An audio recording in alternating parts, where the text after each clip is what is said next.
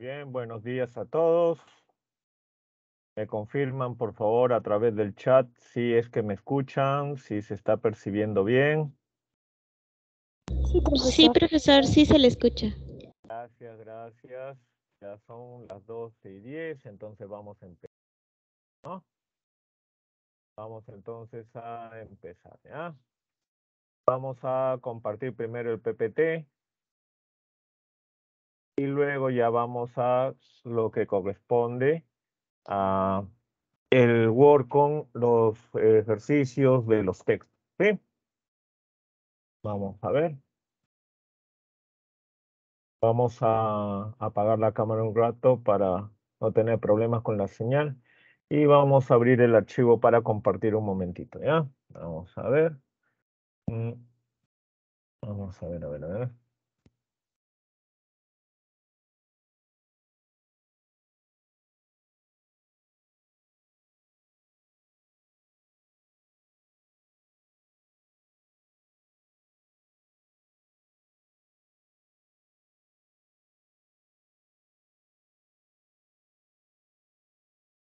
Ujú. Vamos a ver.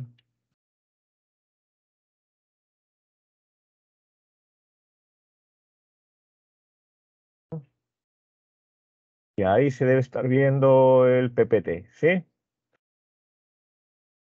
No hay problemas en cuanto a la visualización, se supone, ¿sí? En este momento estoy avanzando las vistas, ¿sí? Y ahorita estoy retrocediendo las diapositivas para asegurarme que está funcionando, no hay ningún problema en cuanto a la visualización del material. ¿Sí? Cualquier cosa, ya saben, cualquier cosa me avisan, me dicen si es que hay alguna dificultad, algún problema. ¿Sí? Estamos ya en la tercera semana, ¿no? Tenemos entonces ya recorridos algunos temas. ¿Sí?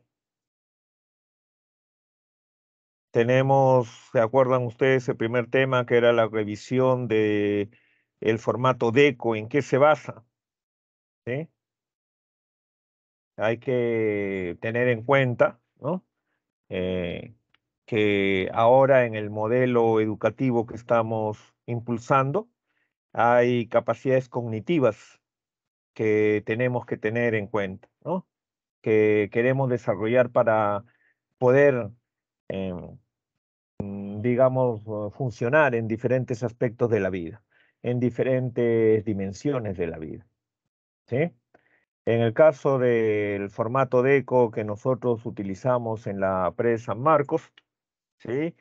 Estamos privilegiando la capacidad de inferir, la capacidad de determinar la consistencia textual, la capacidad de jerarquizar, la capacidad de extrapolar, ¿sí? Y esas capacidades se evalúan a través de las preguntas que planteamos, las preguntas que señalamos en relación a los textos. ¿Sí? Si nos desempeñamos bien en la resolución de los ejercicios, respondemos bien las preguntas que estamos mencionando, entonces se dice que tenemos un buen desarrollo cognitivo en esos aspectos. Vamos a poder comprender bien el texto que leamos y vamos a poder desempeñarnos eficientemente en diferentes aspectos de la vida. ¿Ya? En la segunda clase hemos visto la jerarquía textual. ¿Sí? Hemos visto que hay preguntas sobre el tema, la idea principal, el mejor resumen. Una capacidad muy importante era la jerarquización. Entonces, en la segunda clase hemos visto eso con un poco más de detalle, ¿no?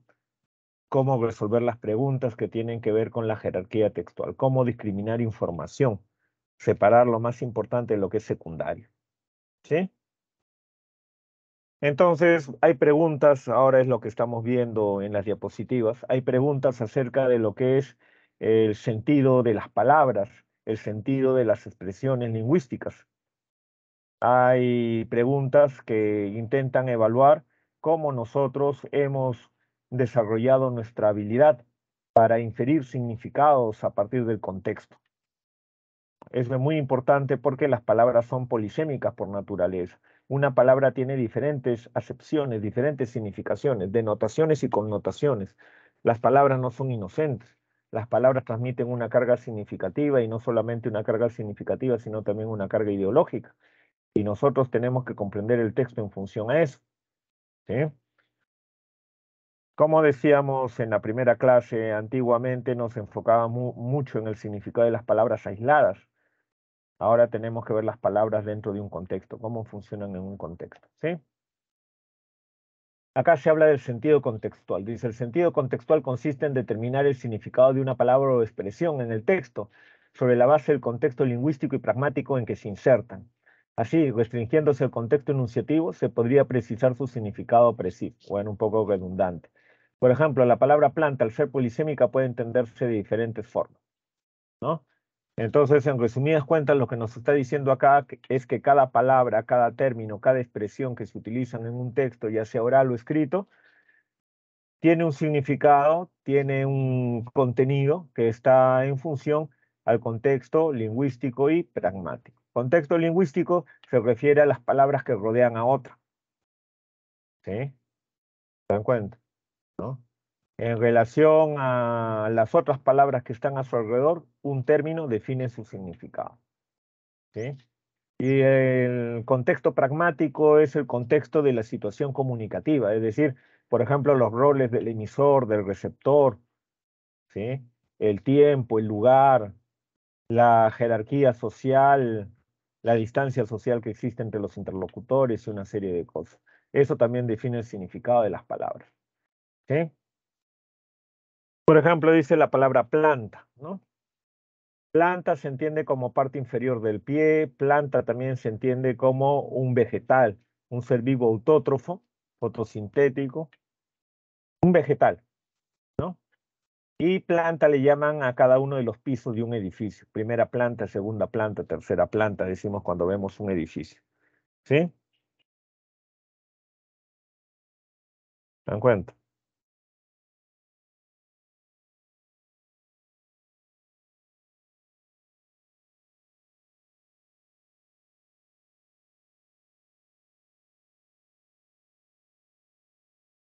Hasta ahí no hay problema, ¿no? Se entiende esa parte.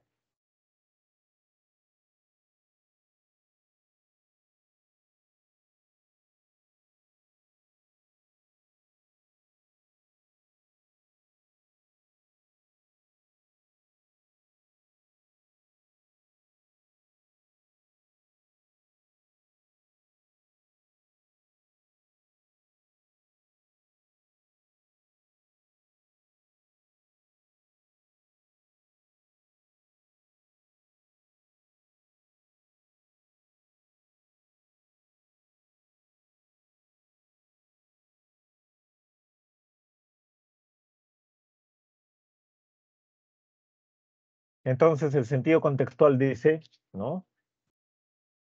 Se va a determinar en función al enunciado, en función a la situación en la que se emite la palabra, el término. Si decimos subimos a la última planta por un ascensor que por un momento pensamos que estaba averiado, se entiende planta, al hacer la referencia al ascensor, se entiende que planta tiene que ver con qué. Con los pisos de un edificio. Con el piso de un edificio, ¿no? Porque ahí al costado de la palabra planta hay otra palabra que es ascensor, entonces hay un contexto lingüístico. ¿Sí? También podría ser un contexto netamente pragmático. Si nosotros estamos en la calle y vemos que sale humo del tercer piso de un edificio y nosotros le decimos a las personas que están a nuestros costados, hay fuego en la tercera planta, entonces, por la situación, van a entender que se refiere al piso de un edificio. Porque lingüísticamente, si decimos hay fuego en la tercera planta, lingüísticamente no hay nada concreto que nos diga que se está refiriendo al piso de un edificio, ¿no? Si no es por la situación, por lo que estamos viendo en ese momento delante de nosotros. Para el trabajo final del curso de biología, cada estudiante debe sembrar una pequeña planta en un macetero. ¿Hay planta se refiere a qué? Un ser vivo. Debe ser entonces planta como vegetal, porque está haciendo alusión a biología, a sembrar. Entonces se entiende por el contexto lingüístico que planta se refiere al vegetal. Por correr muy rápido pisé un vidrio que estaba tirado en el piso y me lastimé la planta del pie. Entonces planta, ¿no? ¿Se dan cuenta? Se refiere, como dice, planta del pie. Se refiere entonces, ¿no?, al órgano de nuestro cuerpo. ¿Sí? ¿Se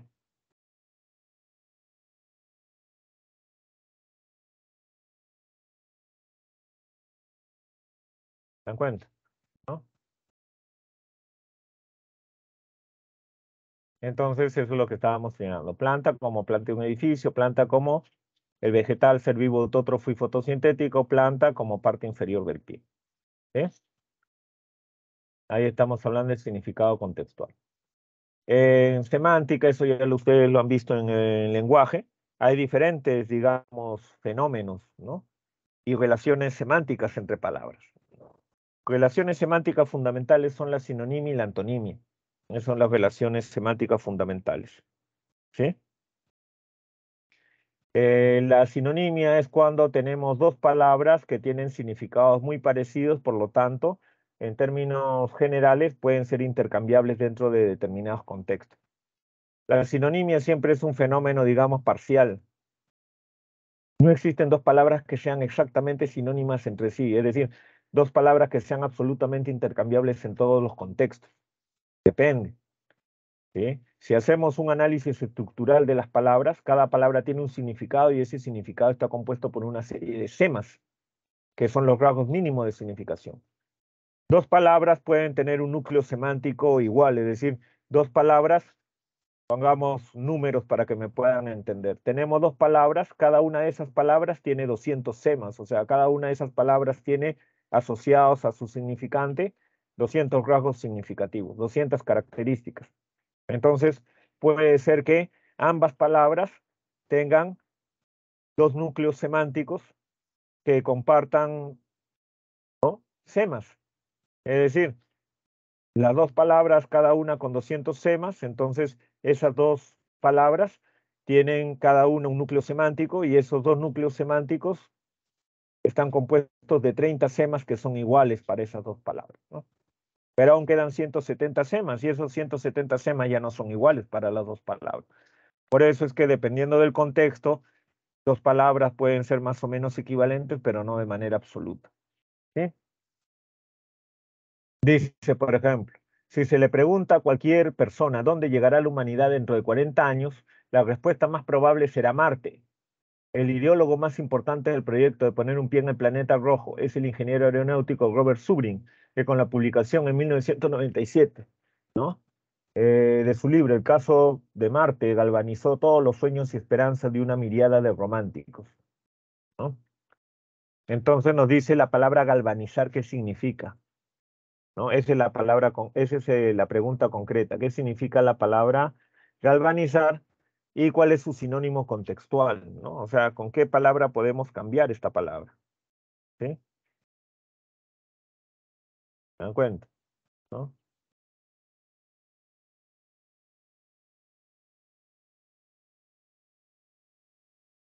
¿Qué será entonces galvanizar y con qué se puede sustituir ahí?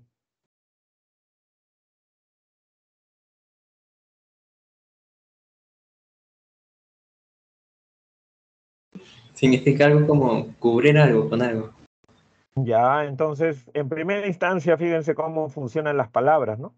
En primera instancia, galvanizar, así en términos generales, su primer significado, digamos, ¿no? Galvanizar se refiere a un proceso, digamos, industrial, un proceso técnico, digámoslo así, ¿no? Em, que consiste en aplicar una capa de metal sobre un objeto mediante una corriente eléctrica, ¿no? Es decir, nosotros tenemos una pieza de metal, por ejemplo, y nosotros a esa pieza de metal, para que dure más, le echamos encima una capa de otro metal. Pero para que esa otra capa de metal se adhiera, tenemos que pasarle una corriente eléctrica. Eso es galvanizar, ¿no? Entonces, galvanizar, a partir de ese significado de base, ¿no? A partir de ese significado de base, nosotros imaginamos, ¿no?, que galvanizar se refiere a algo parecido, pero en sentido figurado.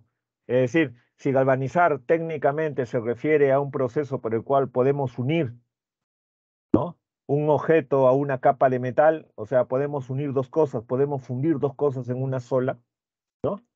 Entonces, galvanizar, en el sentido del texto, ¿no?, da la idea, pues, de unir todos los sueños y esperanzas que se están mencionando acá, ¿no? Es decir, en términos figurados, porque unir también sería un término un poco muy apegado a lo real, galvanizar tendría el sentido de incentivar, ¿sí?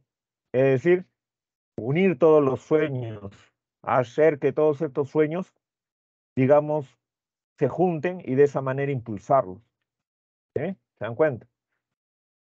Porque acá está hablando, ¿no?, como les repito, en sentido figurado, ¿no? Acá está hablando de un impulso espiritual por parte de la humanidad de salir de la tierra e ir a otro lugar. Es un impulso espiritual, ¿no? Entonces tiene ese sentido contextual, digamos, de incentivar, ¿no? De juntar, ¿no?, de hacer más durable, de hacer más fuerte, y en ese sentido incentivar los sueños, las esperanzas, ¿sí? ¿Se dan cuenta? ¿No? Esas dos palabras se puede decir que son sinónimos contextuales. Galvanizar, incentivar. Como ustedes se dan cuenta, ¿no?, es por un proceso, digamos, mental, racional, donde las palabras adquieren un sentido figurado, ¿no? Y en otro contexto no funciona incentivar como sinónimo de galvanizar, ¿no? ¿Se dan cuenta? Incentivar, galvanizar tienen connotaciones distintas, por eso es que se prefiere una palabra u otra según el contexto, ¿ya? Pero en este caso se pueden intercambiar esas dos palabras, son sinónimos contextuales. Los antónimos contextuales son las dos palabras o más de dos palabras que entre sí forman una relación de oposición. Es decir, si vamos a un análisis estructural, vamos a encontrar nosotros que dos palabras son antónimas cuando tienen sus núcleos semánticos conformados por semas, o sea, rasgos de significados opuestos, ¿no? Entonces, como en el caso anterior, si tenemos dos palabras, por ejemplo, por poner un número, cada una con 200 rasgos significativos, cada una de esas dos palabras con 200 semas en su significado, esas dos palabras van a tener cada una un núcleo semántico. Y comparando los núcleos semánticos de esas dos palabras, vamos a encontrar que sus 10, 15, 8, 5 semas que forman sus núcleos semánticos son opuestos entre sí. Una de las dos palabras en su núcleo semántico tiene rasgo significativo alto y la otra palabra en su núcleo semántico tiene rasgo significativo bajo. Entonces decimos sus semas fundamentales están en oposición, son antónimos. Los antónimos tampoco no son absolutos, dependen del contexto. Entonces dos palabras van a ser antónimas en función a un contexto, pero no son exactamente opuestas entre sí, no son completamente opuestas entre sí. En ciertos casos funcionan como antónimos, en otros casos no. Y es bastante relativo la antonimia, ¿no? Porque no todas las palabras tienen antónimos, es decir, no de todas las palabras no podemos formar la idea de opuesto. Por ejemplo, de la palabra ventana, ¿cuál sería el opuesto de ventana? ¿Se dan cuenta? ¿Cuál sería el antónimo de ventana? No podemos imaginar una palabra que sea propiamente antónimo de ventana. ¿Se dan cuenta? O si tenemos la palabra padre, ¿cuál es el antónimo de padre?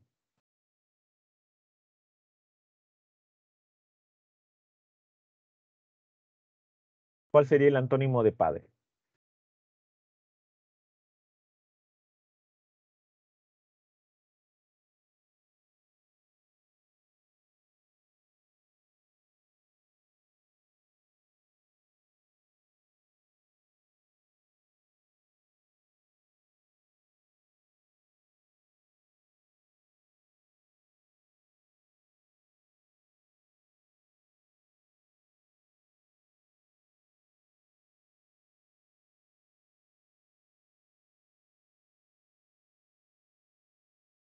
¿Mm? Uno podría decir el contrario, el antónimo de padre podría ser madre Otro podría decir el contrario de padre sería hijo.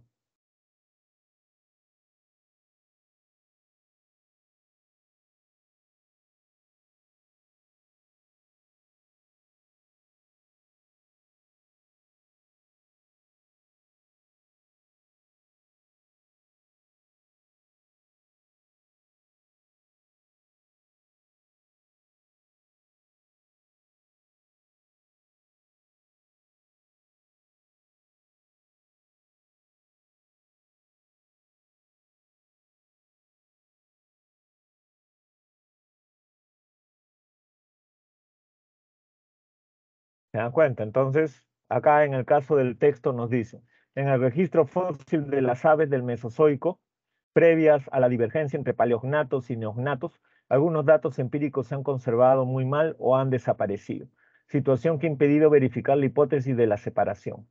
Sin embargo, un fósil descubierto recientemente podría no solo resolver esta ausencia de datos, sino transformar este esquema básico preconcebido.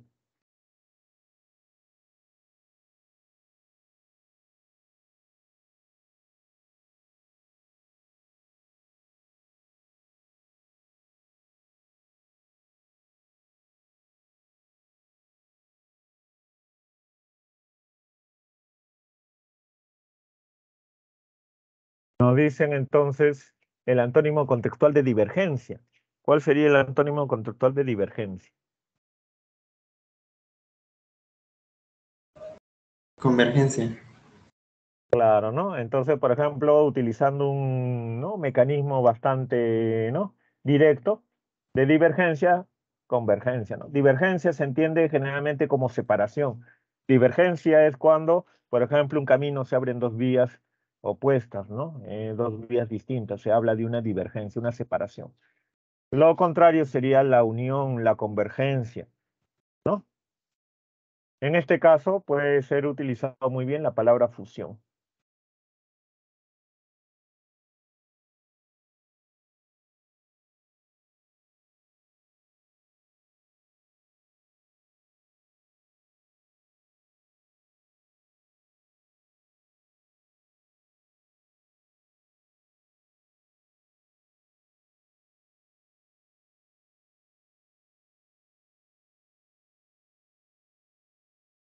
¿Se dan cuenta? Ahí no hay problema, ¿no? ¿Sí?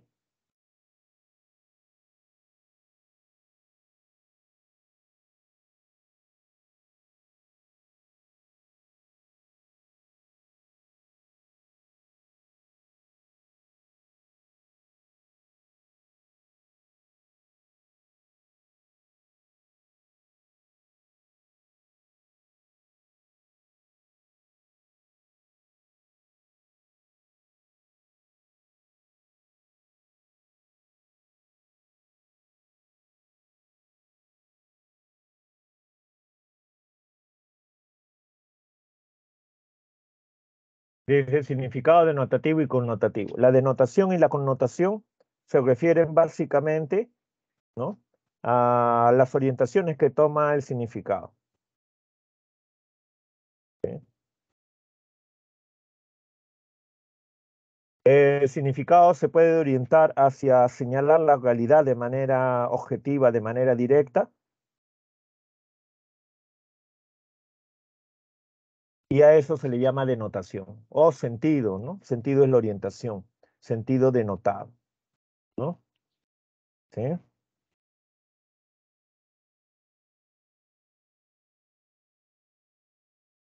Y la connotación es la orientación hacia lo subjetivo, cuando el significado de la palabra está dirigido a básicamente reflejar las apreciaciones subjetivas. Aprecio, desprecio, amor, odio, etcétera, etcétera, etcétera. ¿Sí? Esa es la connotación. ¿Sí? Se habla del sentido denotado como un sentido más o menos literal, directo, y el sentido connotado como un sentido traslaticio, figurado, como un significado segundo que se añade a la base significativa denotada, ¿no? El sentido denotado dice, ¿no?, refiere elementos de la realidad, físicos o abstractos. La palabra se utiliza entonces en un sentido descriptivo cuando está en sentido denotado.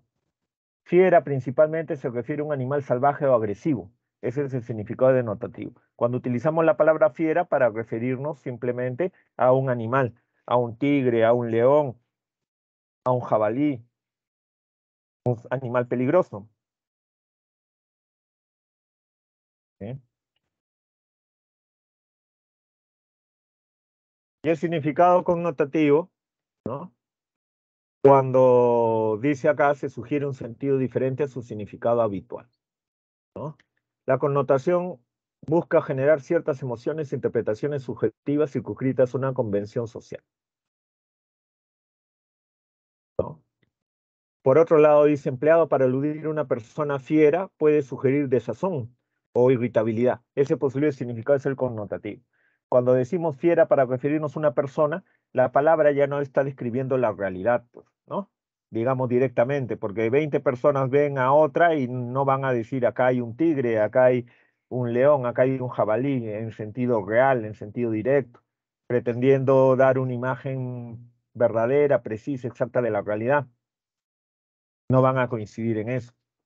¿Sí? Ya es una manifestación de la subjetividad de la persona que lo aprecia, que lo ve, que lo vive. ¿Sí? Esa es la connotación. ¿Ya? Dice, analice el siguiente texto y determine la interpretación connotativa de los términos resaltados en negrita. Los efectos indeseables del cambio climático son cada vez más patentes.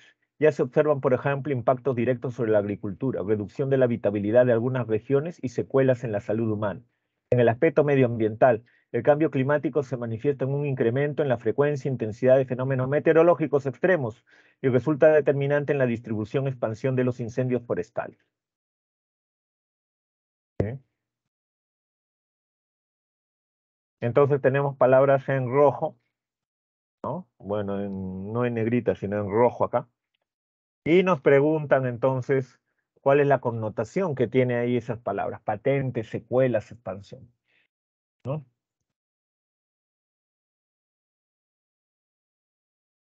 Podemos nosotros ver acá alternativas, ¿no? Patente alude a, en el texto el término secuela connota, en el texto el término expansión sugiere.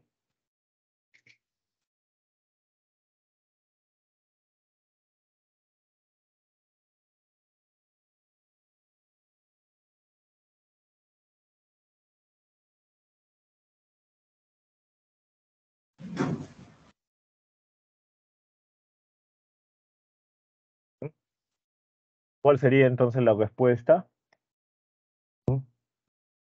En el texto dice, los efectos indeseables del cambio climático son cada vez más patentes.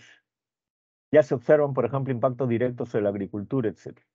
Entonces, patente alude a Inestabilidad. inestabilidad. A ver, si dice que los efectos del cambio climático se observan, por ejemplo, en tal y en tal cosa, y luego dice que son efectos patentes, ¿no? Entonces, patente se relaciona más que con inestabilidad. Evidencia. Con evidencia, ¿no? Claro, con evidencia. Con lo que se puede ver directamente, ¿no? Ahí está diciendo, es evidente, es patente, porque directamente lo podemos observar todos los días ahí, ¿no? Patente está en sentido connotado, digamos, cuando hablamos de evidencia, ¿no?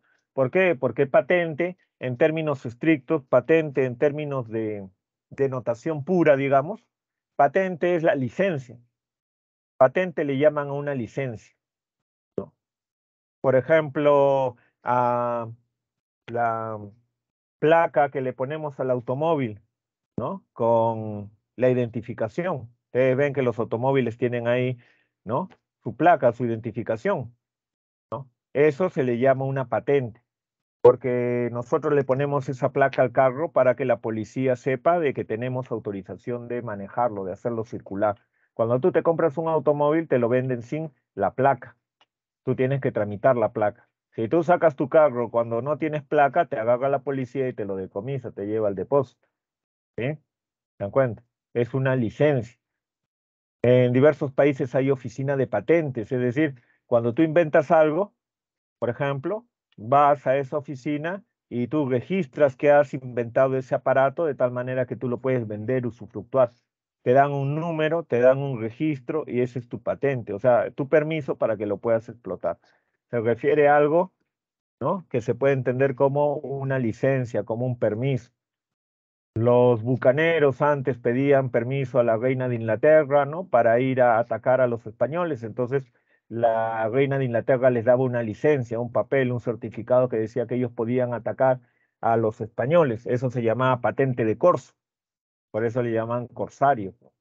O sea, una licencia, un permiso. ¿Sí? Eso en sentido figurado se relaciona con la idea de evidencia, ¿no? Porque patente, como le digo, en sentido directo es simplemente la licencia. ¿Sí? ¿Se dan cuenta? La licencia te permite hacer las cosas, ¿no? La licencia te da todas las atribuciones. La licencia hace que sea evidente para todos que tú puedes utilizar o hacer algo. Eso es una licencia. Por eso se relaciona con la evidencia. ¿Sí? Secuela. ¿Qué cosa es secuela? Literalmente, o sea, en sentido denotado, porque acá están preguntando la connotación, pero en primera instancia, en sentido denotado, secuela, ¿qué es? Sebastián. Sí. Secuela es una continuación simplemente. Secuela es un término que alude a una secuencia temporal. Por ejemplo, en una película. Tú haces una película, Volver al Futuro, y luego quieres seguir explotando el éxito de esa película, entonces haces una secuela, o sea, Volver al Futuro 2, 3, 4. Son secuelas, son continuaciones directamente, ¿no? Secuela, cuando hablamos de la secuela de un accidente, entonces ya está indicando la idea Daño. de daño, ¿no? ¿Se dan cuenta? O sea, secuela significa sucesión simplemente en términos denotados, pero cuando en el texto que hemos leído ahorita se está hablando de secuela en términos de un efecto negativo que viene después de algún fenómeno, entonces ya está implicando la idea de daño propiamente. ¿Sí? Esa es la connotación. Directamente secuela no significa daño. Cuando uno dice la secuela de la película tal, a nadie se le ocurre pensar en un daño. Esa es una connotación, ¿sí? Una atribución subjetiva en ciertos contextos. En el texto el término expansión, acá menciona también, ¿no? Y resulta determinante en la distribución expansión de los incendios forestales. Expansión, Incremento. claro, un incremento, ¿no? Acá dice expansión de los incendios forestales, se refiere a un incremento porque ahí está implícita la idea de número.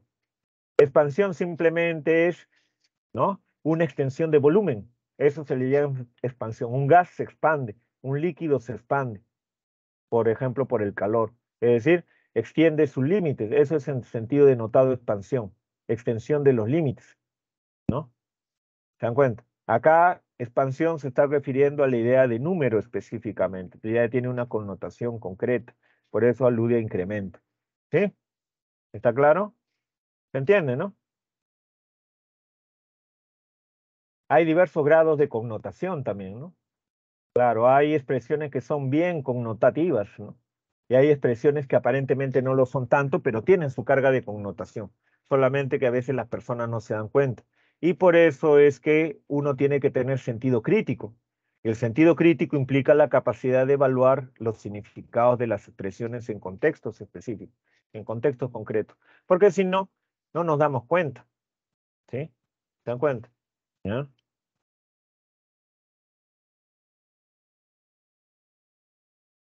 ¿Hasta ahí está claro? ¿Se entiende? Sí, profesor. Muy bien. Entonces, ¿no? Tenemos acá un texto en inglés. Vamos a leer un minutito cada uno para luego revisar. ¿Sí?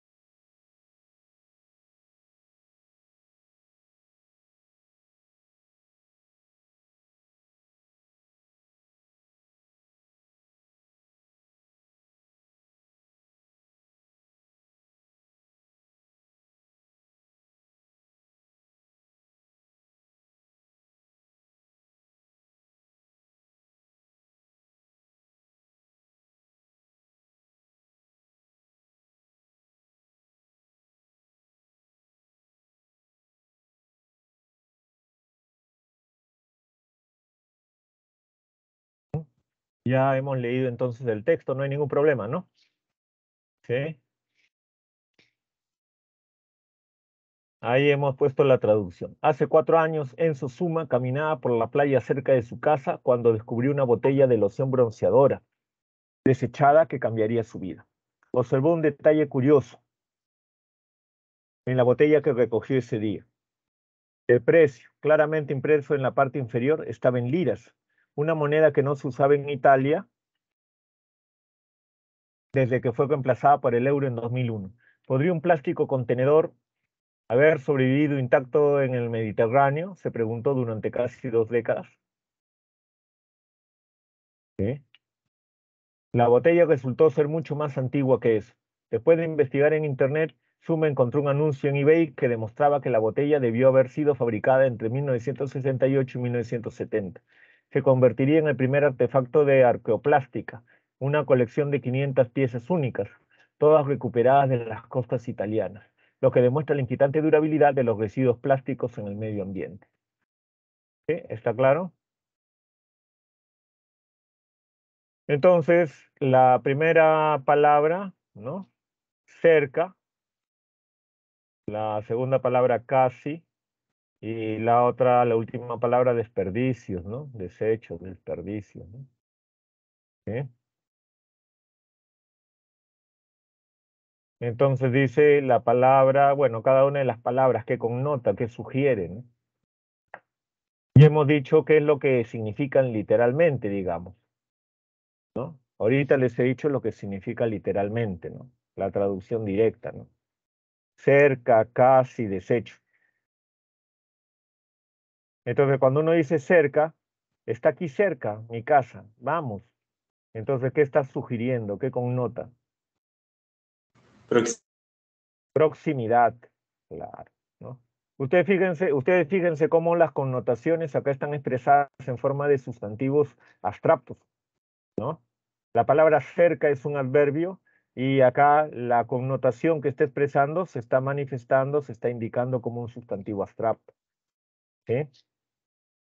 Eso también, ¿no? O sea, cuando uno quiere indicar de una palabra cuál es su connotación, ustedes van a ver que normalmente lo que se hace es señalar un sustantivo abstracto relacionado con el significado literal que tiene la palabra.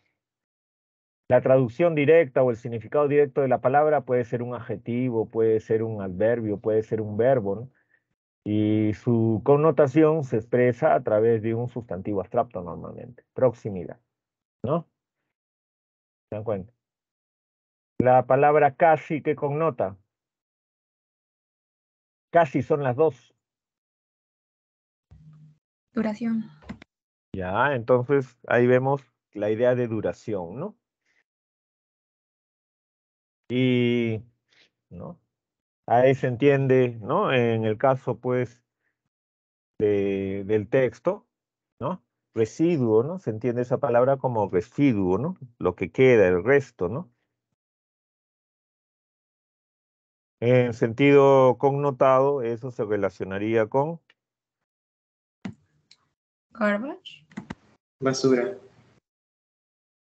porque la palabra residuo es muy neutra, ¿no? Pero la palabra que tiene una carga negativa ya sería la alternativa A, basura, ¿no? ¿Sí? Desecho, desperdicio, residuo, tienen diferentes connotaciones. Basura es la que tiene mayor carga negativa de connotación. Esto es basura, incluso lo utilizas como insulto, ¿sí? Cuando uno insulta a otra persona, de repente no, uno le dice, eres una basura, y se siente como insulto. Pero ustedes no ven que una persona le insulte a la otra gritándole, eres un residuo, ¿no? O si han escuchado que alguien insulte al otro diciéndole, eres un residuo, eres un resto, eres un remanente, ¿no? ¿Se dan cuenta? Eres una excedencia, no le dicen, ¿no? ¿Se dan cuenta? Le dicen basura, que ya tiene mayor carga negativa, mayor carga de connotación. ¿Sí? ¿Está claro?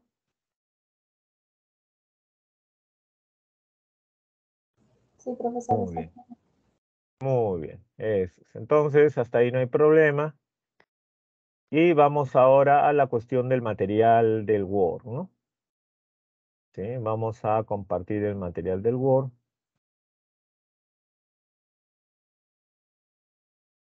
Vamos a ver.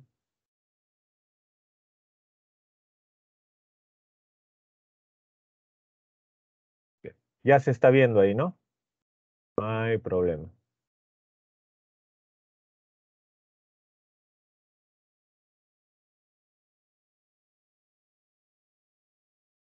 Ahí está, ¿no? Entonces voy a avanzar. Acá estoy avanzando las páginas para asegurarme que ustedes pueden captarlo sin ningún problema, ¿no? Está avanzando. Ahorita, en este momento estoy retrocediendo a la primera página. No hay ningún problema, ¿no? No, profesor, sí se ve. Al inicio se está explicando lo mismo que hemos señalado en relación pues al significado de las palabras, en relación a la cuestión semántica, ¿sí? Y luego ya nos ponen unos ejercicios. Dice, determina el significado, el sentido contextual de las palabras en negritas. Margarita lloraba con el rostro oculto entre las manos. Lloraba sin gemir, pero las lágrimas corrían silenciosas a lo largo de sus mejillas, deslizándose por entre sus dedos para caer en la tierra, hacia la que había doblado su frente. ¿No? Entonces nos preguntan cuál sería el sentido contextual de la palabra oculto, cuando decimos que el rostro está oculto entre las manos. ¿Qué quiere decir eso de que el rostro está oculto entre las manos?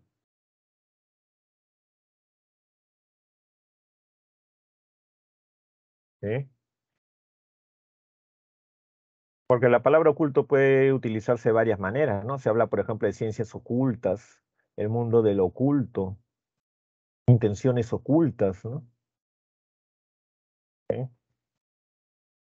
Oculto se puede entender como lo escondido, ¿no?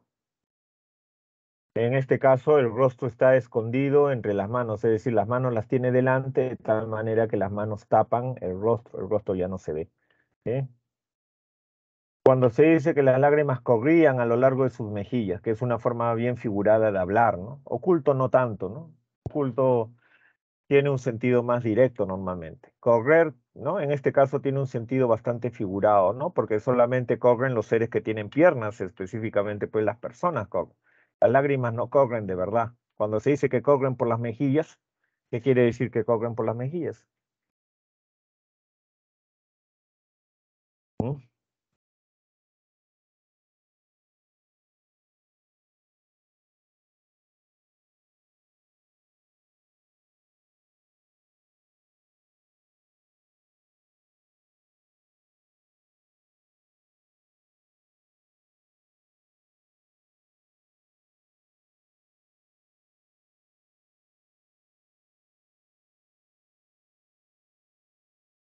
Cuando dice correr se refiere a fluir. Como las lágrimas son un líquido, entonces propiamente el término sería fluir. Fluyen silenciosas a lo largo de sus mejillas, ¿no? Fluir es el deslizarse de un líquido por una superficie. Eso se llama fluir, ¿no? Cuando se dice que las lágrimas se deslizan entre sus dedos, por entre sus dedos.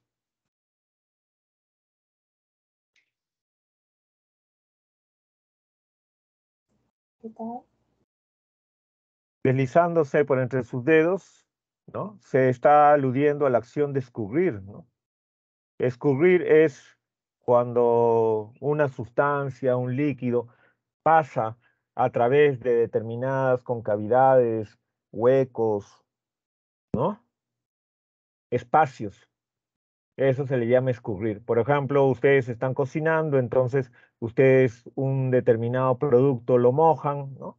Las verduras, por ejemplo, para hacer su ensalada, las lavan primero ahí en su escurridera, justamente, y dejan ahí que se escurra el agua. Cuando dicen que el agua se va a escurrir, quiere decir que el agua, ¿no? Va a pasar a través de esos poros, esas rendijas, esos espacios que tiene la escurridera. Eso es deslizar, eso significa deslizarse, ¿no? Porque los dedos, ¿no? Como que están tapando parte, ¿no? Pero no todo, ¿no? Entonces, por una parte no pueden pasar las lágrimas, pero por el hueco que queda entre los dedos, por ahí pasan las lágrimas. Había doblado su frente. ¿Qué quiere decir que había doblado su frente? Que también está bien figurado ese término ahí, ¿no? Porque la frente no es como una hoja de papel que tú la vas a doblar. La frente no se dobla en sí, ¿no?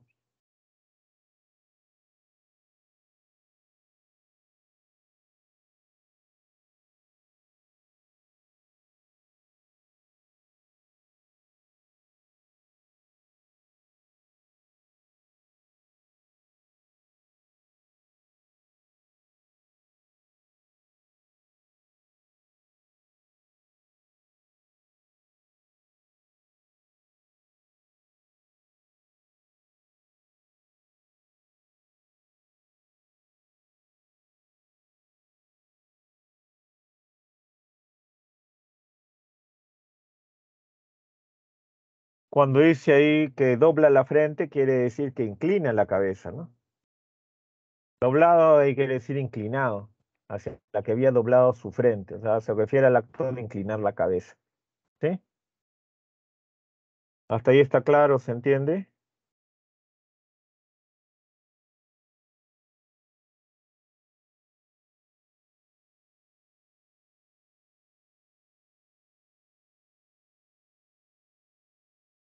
Muy bien. Luego tenemos acá, ¿no? Dice definición conceptual contextual, ¿no? Ejemplo, el lenguaje transmite noticias. Las ristras de palabras que denominamos frases no son meros acicates de la memoria para que podamos recordar quién es el mejor amigo del hombre y luego agreguemos el resto de la información, sino que están allí para decirnos quién hizo qué a quién. De modo que el lenguaje nos proporciona más información de la que Woody Allen obtuvo de Guerra y Paz, obra que leyó en 2 horas después de haber recibido clases de lectura veloz. Lo único que llevaba a calibrar fue que trataba sobre unos rusos. ¿Hasta ahí está claro? ¿Se entiende el texto? Se alude a la naturaleza del lenguaje, ¿no? El lenguaje no es pues un fenómeno de naturaleza puramente acumulativa, ¿no? Ni es un instrumento puramente indicial. Es decir, que el lenguaje no es solamente una serie de palabras unas detrás de otras, ni las palabras son solamente letreros que le colgamos a las cosas. Las palabras van mucho más allá de eso. Eso es lo que está dándonos a entender. Y para cimentar su afirmación, ¿no? Cita a Woody Allen, que Woody Allen, ustedes saben quién es. ¿Quién es Woody Allen? ¿Sí?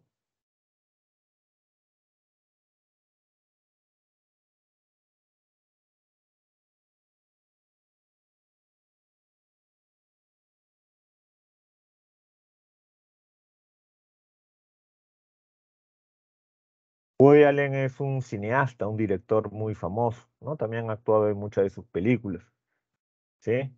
Entonces Woody Allen es bastante satírico, bastante irónico, ¿no? Entonces, ¿no? En uno de sus libros, porque aparte de hacer cine, también ha escrito obras humorísticas, ¿no? Por ejemplo, tiene un libro muy interesante que se llama Cómo acabar con la cultura. Creo que ahí está ese texto, ¿no? Cómo acabar con la cultura. Entonces, él, para burlarse, él menciona, pues, ¿no? De que leyó La Guerra y la Paz después de haber llevado un curso de lectura veloz, después de haber llevado un curso de lectura acelerada, leyó La Guerra y la Paz. La Guerra y la Paz es un libro, pues, que fácilmente en una edición normal tiene 1000 páginas fácilmente. Entonces Woody Allen en ese texto, que es un texto literario, humorístico, no está diciendo algo cierto, ¿no? Woody Allen dice que después de llevar su curso de lectura veloz y leer en 2 horas La Guerra y la Paz, solo entendió que hablaba de unos rusos, ¿no? Porque La Guerra y la Paz habla de la guerra, pues, ¿no? Entre Napoleón y Rusia, ¿no? En el siglo XIX. Es una forma de burlarse, ¿no? Como diciendo pues que el lenguaje es mucho más de lo que significan simplemente unas palabras de manera directa. Según el contexto, el término ristra se define como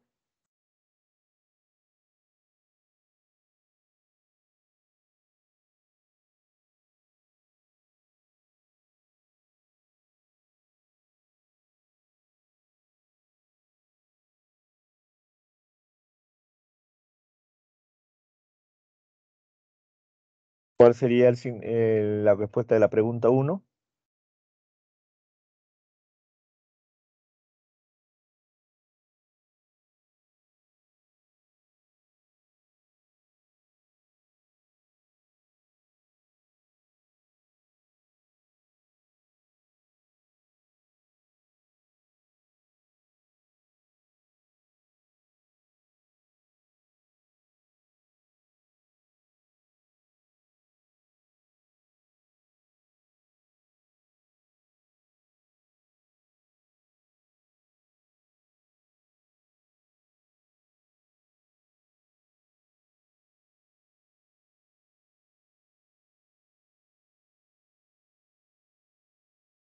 Sería entonces,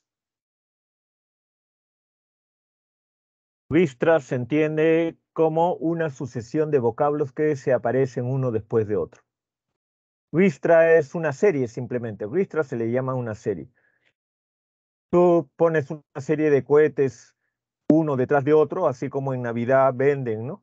Venden unos cohetecillos así, ¿no? Atados uno detrás de otro, formando una secuencia. Eso le llaman una ristra de cohetecillos, por ejemplo, ¿no? Lo que dice el texto es que el lenguaje es más que una ristra de palabras, ¿no? O sea, las palabras no solamente significan, ¿no?, una cosa y el significado de una frase es la suma de esos significados, no, va más allá.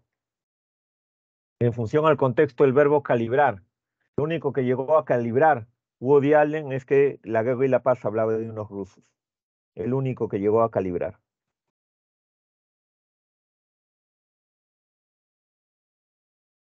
¿Calibrar qué significa?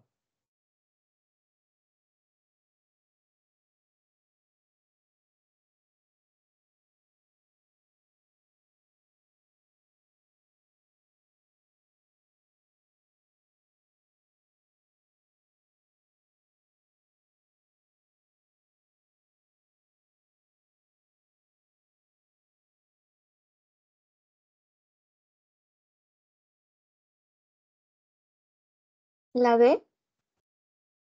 La alternativa, ¿cuál? D de dado.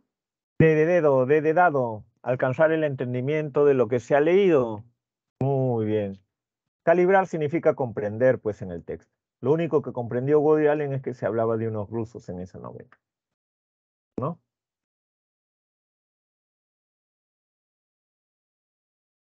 Hasta ahí está claro, ¿no? Calibrar significa, en sentido literal, definir, determinar la medida de algo. Eso es calibrar. Por eso, cuando uno tiene una pistola, se dice que la pistola tiene un calibre, ¿no? El calibre es la medida interna del cañón del arma, ¿no? ¿Sí? El interior del arma es lo que se llama el ánima, el interior del cañón es el ánima. Entonces, la medida del ánima en milímetros, eso se le llama calibre. Entonces, determinar que una pistola es de 22, calibre 22, es establecer la medida del cañón, ¿no? Y en sentido figurado, cuando uno establece la medida de algo, cuando uno establece el valor de algo, eso es calibrar, ¿no? Y eso implica a su vez un proceso mental, una operación de evaluación, estimación, comprensión. Por eso está en sentido figurado, ¿sí? Se está hablando también de la sinonimia, entonces, contextual, como ya hemos explicado también. Dice, una vez que alguien ha desarrollado un problema severo con el alcohol, las perspectivas de recuperación no son muy halagüeñas. Muchos investigadores han intentado identificar el alcoholismo tan pronto como es posible, con la esperanza de intervenir con más éxito. La mayoría de las investigaciones sigue este diseño. Primero, se delimita un grupo de hijos de padres alcohólicos. Generalmente los investigadores estudian hijos que están al final de la adolescencia o son veinteañeros y que todavía no son bebedores problemáticos. Debido a la fuerte tendencia familiar del alcoholismo, esperan que muchos de estos jóvenes se vuelvan alcohólicos en el futuro. Estudian hijos de padres alcohólicos en lugar de madres alcohólicas para resaltar la probabilidad de ver influencias genéticas en lugar de prenatales. ¿Sí? ¿Está claro ahí? Entonces, sobre las palabras en negritas nos preguntan acerca de su significado contextual, pues, ¿no? Por ejemplo, si dice que la ingesta de alcohol es un problema severo, ¿severo qué quiere decir? Se está hablando de una enfermedad, de una adicción, y se dice que es un problema severo. Severo significa Grave. Grave. grave, ¿no? Grave.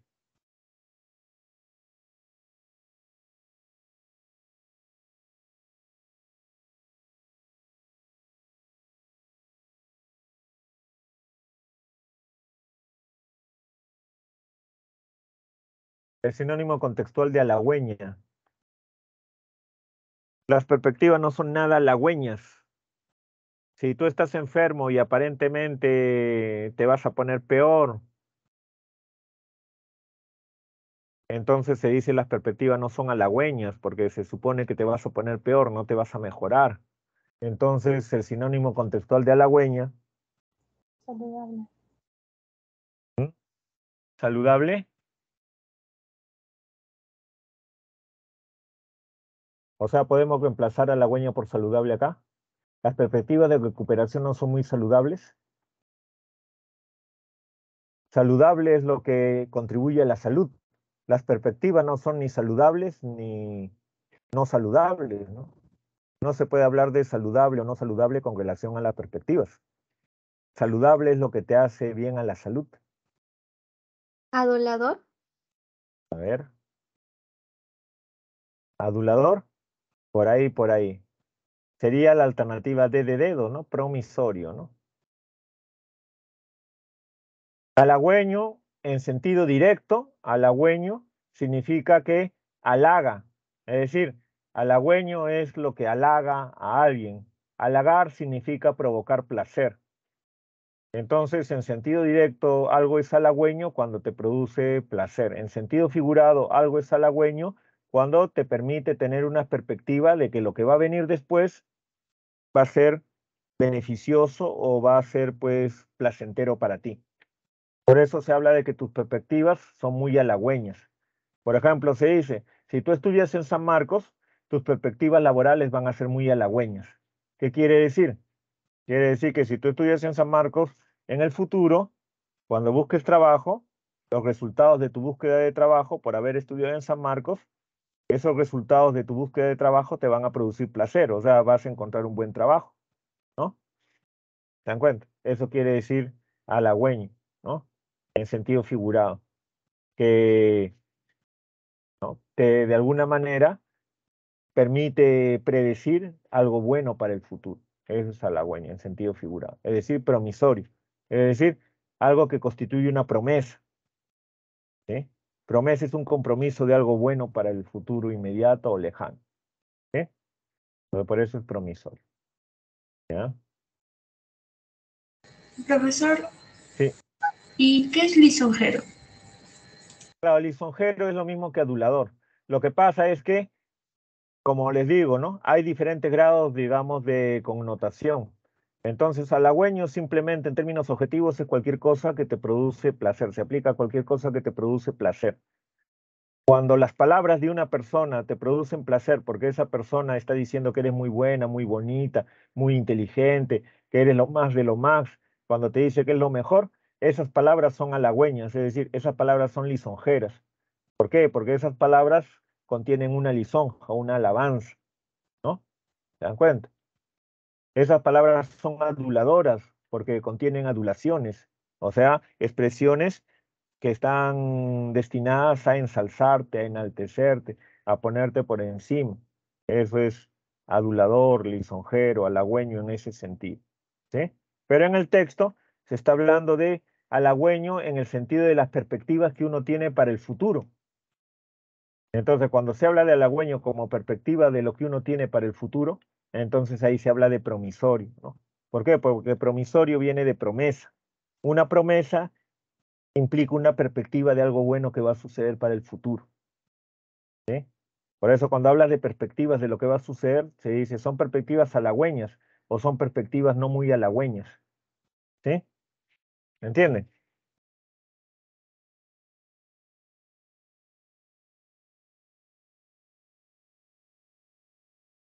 El término delimitar se puede reemplazar por, dice acá, La mayoría de las investigaciones sigue este diseño. Primero se delimita un grupo de hijos de padres alcohólicos.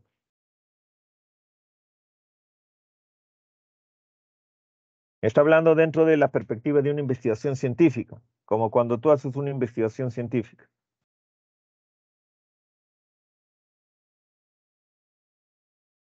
Identificar. ¿Cómo? Identificar, ¿no?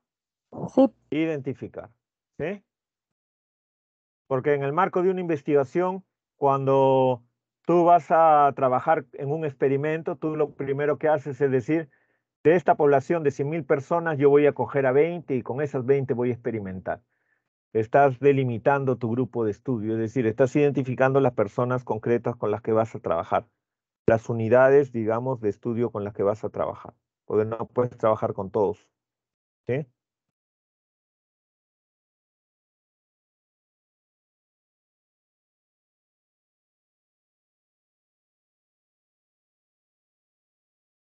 No hay problema hasta ahí, ¿no? En el texto la palabra tendencia.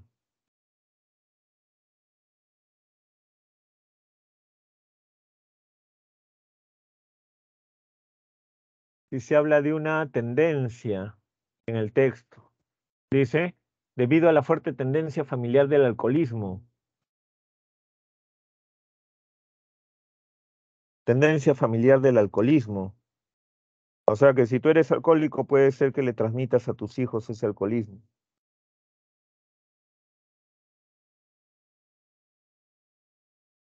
Influencia. Influencia. ¿Mm?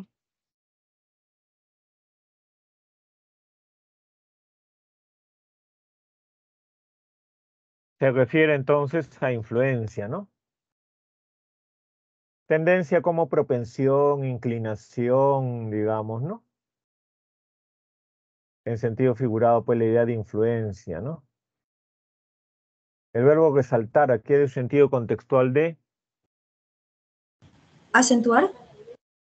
resaltar la probabilidad, ¿no? Para resaltar la probabilidad de ver influencias genéticas, dice. ¿Cuál será entonces? Estamos hablando dentro del contexto de una investigación, ¿no?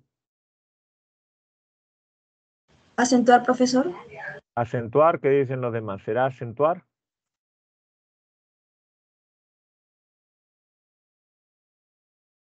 Ahí propiamente sería la alternativa A, aumentar, ¿no? Sí, aumentar. Porque está hablando de probabilidades y las probabilidades son cuestiones numéricas. Entonces, como son cuestiones numéricas las probabilidades, aumentar está más en relación, ¿sí? Es decir, se trata en la investigación de aumentar las probabilidades de obtener un resultado, de incrementar en términos de número, ¿sí? De que no sea el 20% de probabilidad, sino 40, 50, 80, 90. Acentuar tiene un significado parecido, pero ¿cuál es la diferencia, digamos, en términos connotativos de acentuar y aumentar? La diferencia, digamos, connotativa es que aumentar va por el lado numérico, por el lado de cantidades, de magnitudes, y acentuar va en términos cualitativos, acentuar va en términos de cualidades, características, ¿sí? ¿Se dan cuenta? ¿No? Entonces uno acentúa algo cuando uno resalta algo o lo hace más intenso, por ejemplo, ¿no? ¿Sí? Por ejemplo, cuando uno escribe, uno pone una palabra en negritas para acentuar algo. ¿Se dan cuenta? Si yo estoy escribiendo con la computadora y pongo en negritas una palabra, no lo hago para aumentar la palabra. Yo no estoy aumentando la palabra cuando le pongo negritas. Yo estoy acentuando la palabra, o sea, estoy haciéndola más visible. Su cualidad de visible la estoy aumentando. No se refiere a cantidad, sino se refiere a cualidad. ¿Me entienden? ¿Está claro eso? ¿Sí? Son palabras muy parecidas, pero la diferencia de la connotación, ¿se dan cuenta? Es por eso. Es una diferencia leve, pero es una diferencia de connotación porque incide en aspectos distintos de la palabra. ¿Sí? No hay problema, ¿no? Cualquier duda me dicen, ¿ah? Cualquier problema me dicen.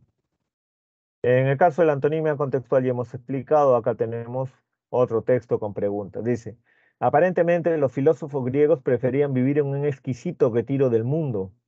Platón, por ejemplo, erigió la academia en un bosque suburbano de olivos sagrados. al que se llegaba por un camino dulcemente umbroso, entre templos, fragantes, jardines pletóricos de miles y miles de flores y mansiones de la clase alta. Próxima a la Academia Platónica también estaba la escuela de Epicuro, un pequeño huerto irrigado por las aguas del Erídano y el Licio, la famosa escuela formada por Aristóteles. Estaba igualmente establecida en un gimnasio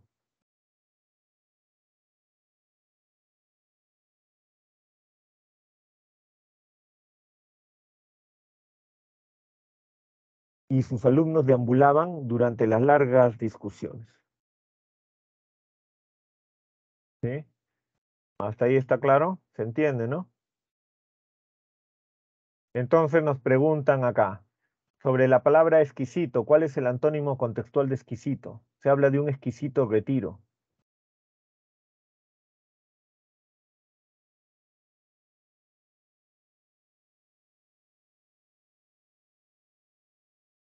Cuando se habla de un exquisito retiro,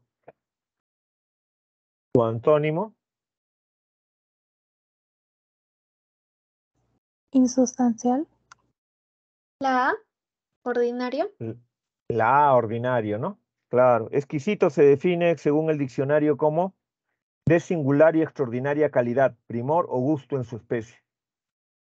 Eso es exquisito en el diccionario. De singular y extraordinaria calidad, primor o gusto en su especie. Es decir, exquisito es algo muy raro, algo que se distingue de todo lo demás, algo que no se encuentra de manera común y corriente. Entonces lo contrario sería lo común. Lo común es lo ordinario. Lo común, lo cotidiano, lo ordinario. ¿Sí? ¿Está claro? Sí, profesor. Luego nos dice el antónimo contextual de umbroso. Acá habla, ¿no?, de un camino dulcemente umbroso entre templos, fragantes jardines de miles y miles de flores y mansiones de la clase alta. Un camino dulcemente umbroso entre templos, fragantes jardines.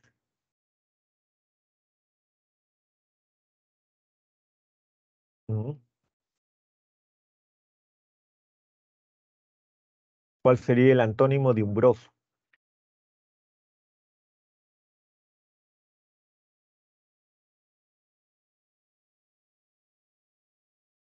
Umbroso se refiere a qué? Si tienes un camino y al costado del camino, a ambos lados del camino, está lleno de árboles, de edificios, de plantas, ¿cómo será ese camino? Imagínense árboles a la derecha e izquierda, rascacielos a la izquierda, a la derecha, y el camino en medio de todo eso. ¿Cómo será ese camino? ¿Mm?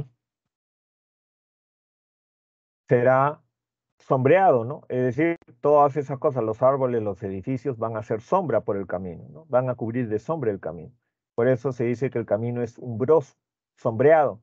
Lo contrario de sombreado. ¿Mm? Claro. Lo contrario de sombreado sería claro. O sea, que está a plena luz, que no tiene sombra. Claro es cuando no hay sombra. A plena luz. Lo contrario. El antónimo contextual de fragante.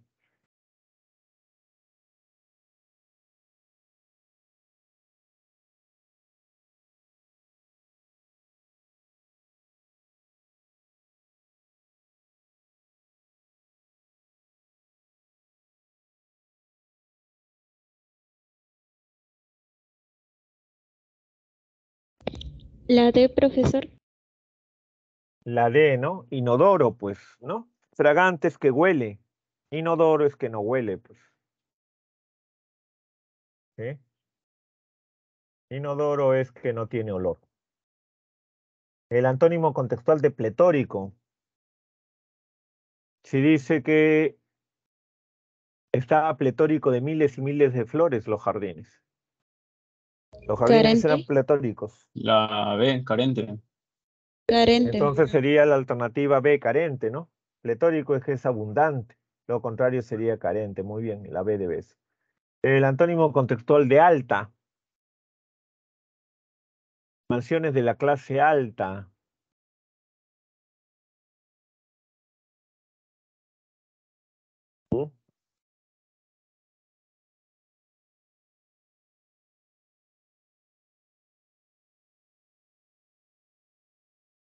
Si hablamos de clase alta, lo contrario sería...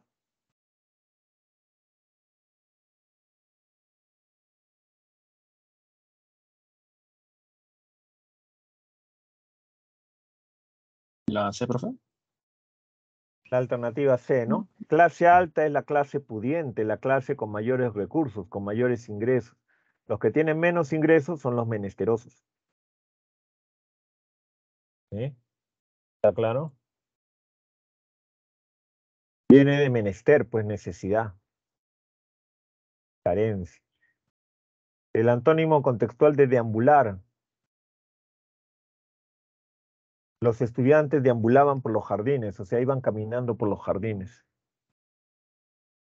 Mientras discutían de filosofía, andaban por los jardines.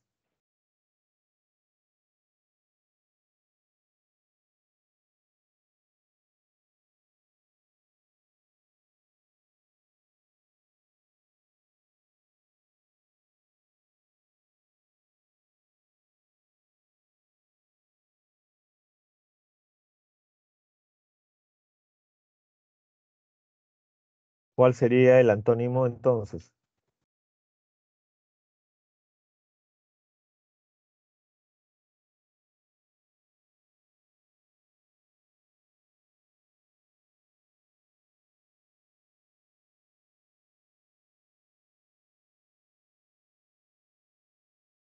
A rellenar, profesor. Claro, La sería A, profe. rellenar, ¿no? Deambular es caminar. Bueno, directamente lo contrario sería pues estar detenido, ¿no? Sentarse o simplemente detenerse, ¿no?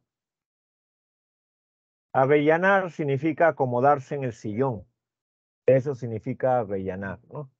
Uno se arrellana cuando uno, por ejemplo, se sienta y trata de estar lo más cómodo posible. Estás bien arrellanado ahí, ¿sí? No es exactamente el antónimo, pero a otra palabra mejor, ¿sí? Arrellanar va por el lado de la comodidad más que todo. ¿Sí? Arrellanar va por el lado de la comodidad. Deambular va por la cuestión del movimiento. Deambular no es ni agradable ni desagradable. En cambio, arrellanar tiene esa connotación de agradable, de estar sentado, pero de manera agradable, de estar sentado, detenido, pero sintiendo placer. Cómodo. ¿Ya?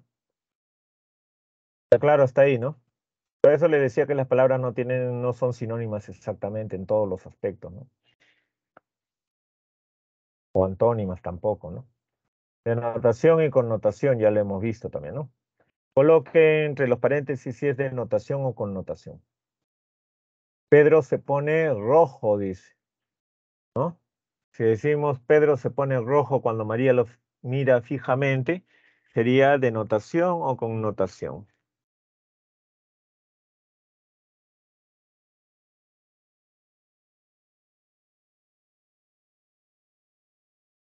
Cuando una persona se sonroja, propiamente no se pone rojo. Esa es una connotación, ¿no? Porque la palabra rojo por sí misma es la idea de un color neto y una persona no se pone roja, pues se sonroja, que es otra cosa. ¿Sí? No es lo mismo decir que uno está sonrosado que estar rojo. Ya es hora de ponerle pilas a mi desempeño. ¿Denotado o connotado? Connotado. Connotado, ¿no? Maestro, prometo ser puntual y dedicado en clase. Si ustedes prometen ser puntuales y dedicados en clase, ¿connotación o denotación? Denotación. Es denotación, ¿no? La palabra puntual, la palabra dedicado alude a características claramente perceptibles en una persona, ¿no? Independientemente de lo que pensemos de ella, ¿no? Todos aprendemos de nuestros errores. ¿Sí? ¿Denotado o connotado?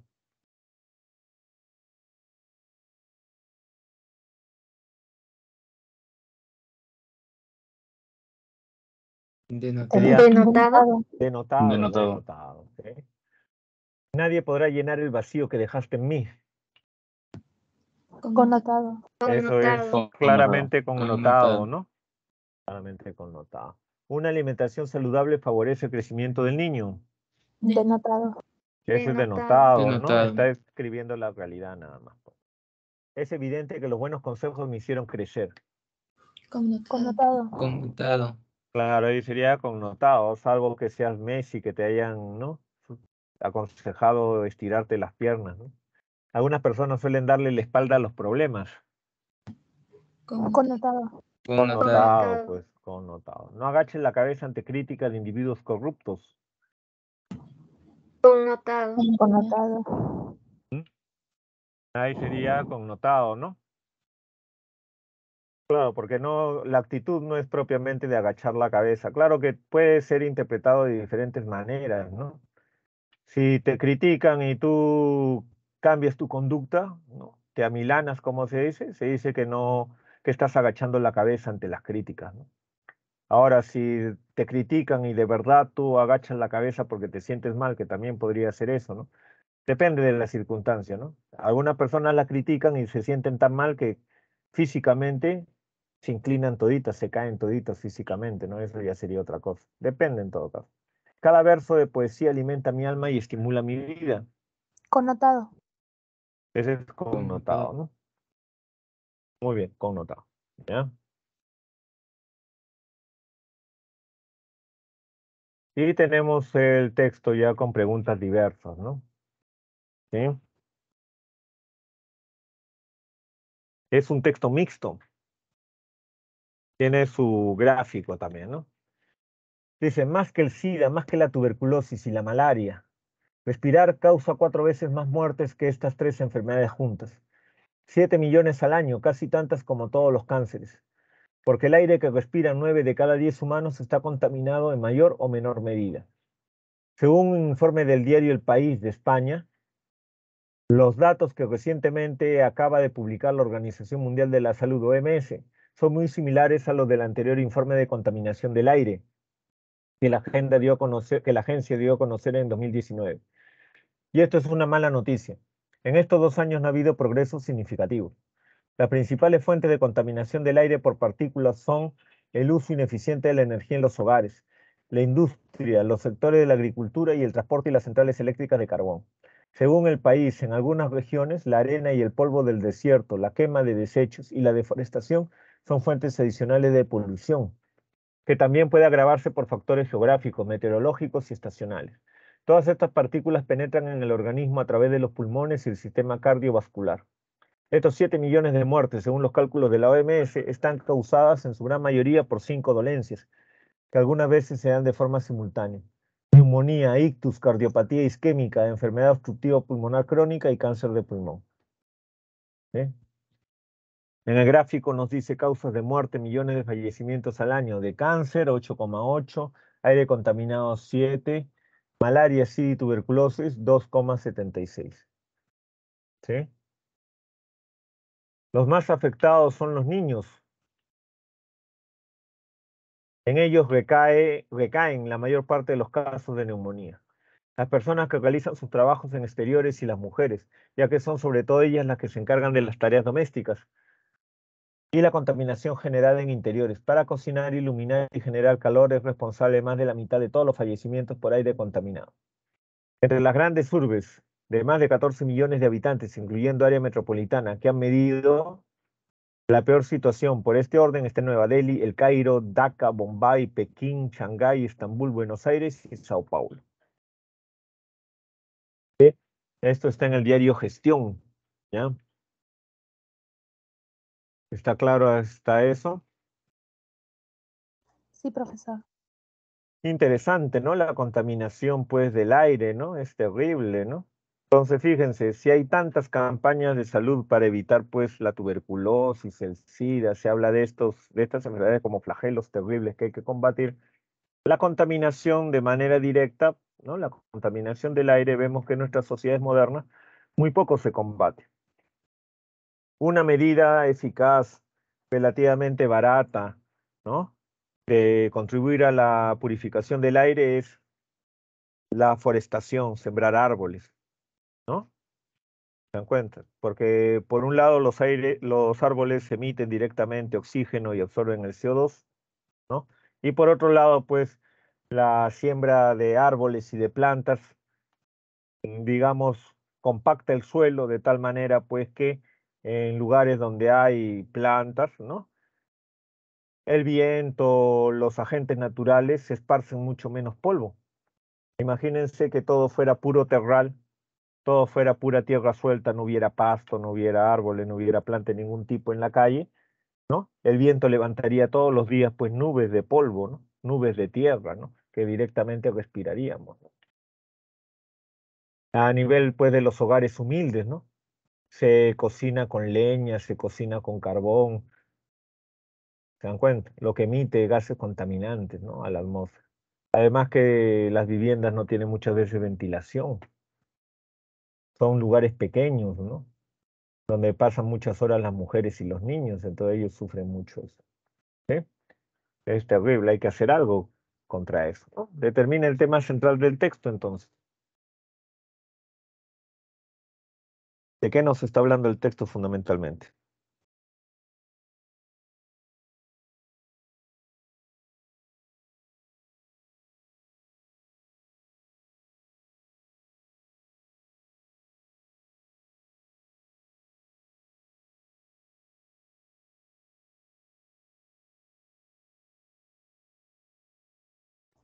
D de dado. La D de dedo, ¿no? Específicamente está centrándose en las muertes, pues, ¿no?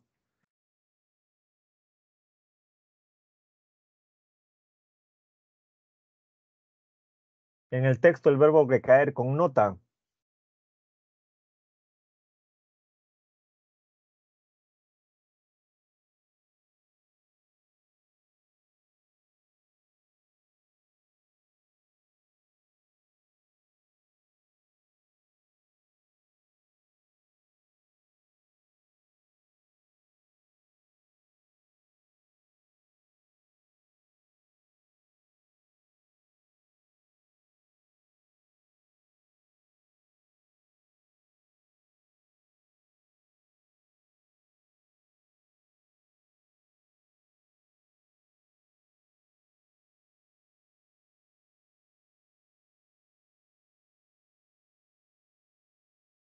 ¿qué connota entonces recaer?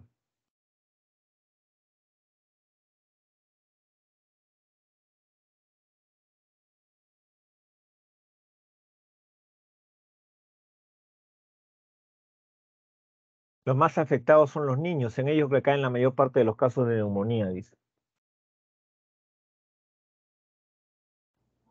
Como Pasibilidad. se ve, pasibilidad, o sea que son susceptibles, pues pasibilidad viene de posibilidad, pues de estar en la posibilidad de algo. Son pasibles de tal cosa. Los niños son pasibles en gran medida de enfermarse. Los adultos menos, ¿no? Porque los adultos tienen más resistencia. ¿Sí? Connota pasibilidad. Se deduce de la unidad textual respecto a las enfermedades respiratorias originadas por la contaminación que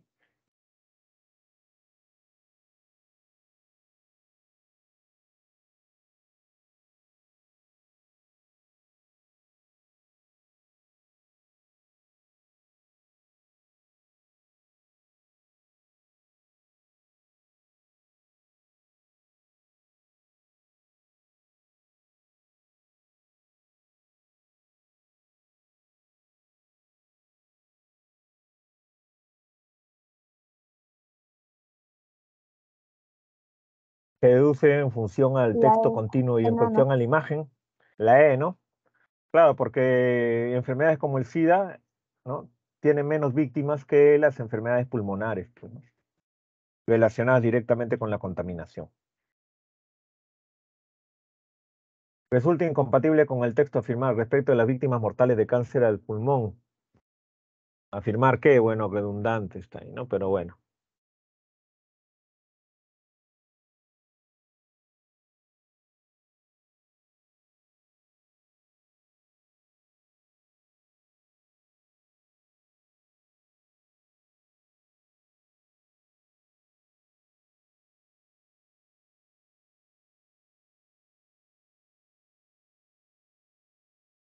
¿Cuál es falsa?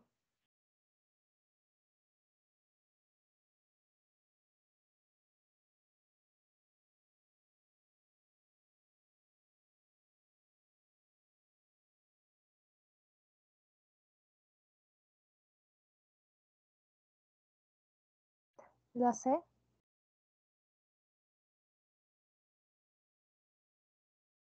La alternativa C.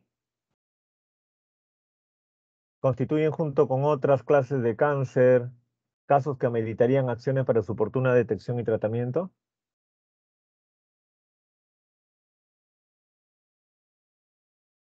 ¿Sí? Sería la alternativa C. ¿Qué dicen los demás?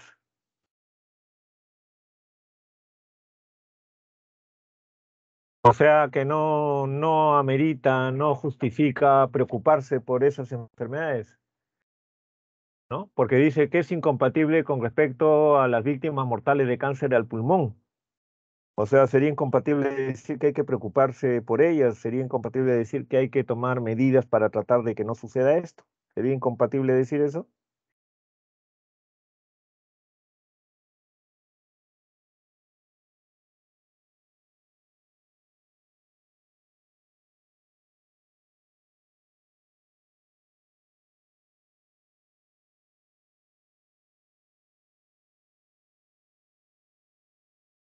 Ahí sería la alternativa A. Esta es la falsa, ¿no? ¿Por qué? Porque si vemos el gráfico, ¿sí? Y el texto en su parte continua lo repite, ¿no? También lo dice en el texto en la parte continua. Fíjense ustedes, cáncer es 8,8 y aire contaminado 7, pero 8,8 es cáncer en general. La pregunta es, respecto a las víctimas mortales de cáncer al pulmón, ¿es falso? Claro, sería falso decir que la cantidad de víctimas de cáncer del pulmón es exponencialmente superior a las víctimas por el aire contaminado. ¿Sí? Porque acá habla del cáncer en general. Víctimas de cáncer al pulmón tienen que ser menos de 8,8, pues. Podemos suponer que las víctimas de cáncer al pulmón son regularmente menos, ¿no? De repente son 7 millones de cáncer de pulmón igual que aire contaminado. No se puede decir entonces que cáncer al pulmón tiene víctimas en una cantidad exponencialmente mayor, ¿sí? Además que el decir exponencialmente mayor se refiere a un múltiplo. Cuando uno dice que algo es exponencialmente mayor o más grande, se refiere a que, por eso es exponencialmente, se refiere a que magnitud es un múltiplo de la magnitud anterior o distinta. O sea, tiene que ser bastante, ¿no? ¿Sí? Lo demás son verdaderas, entonces, ¿sí?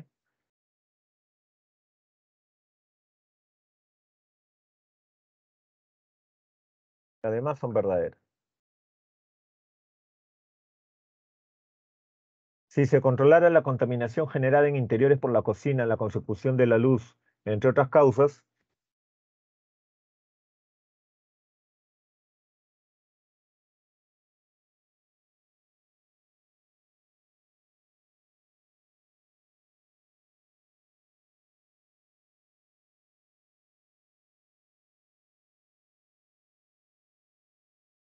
¿cuál sería entonces en las 5?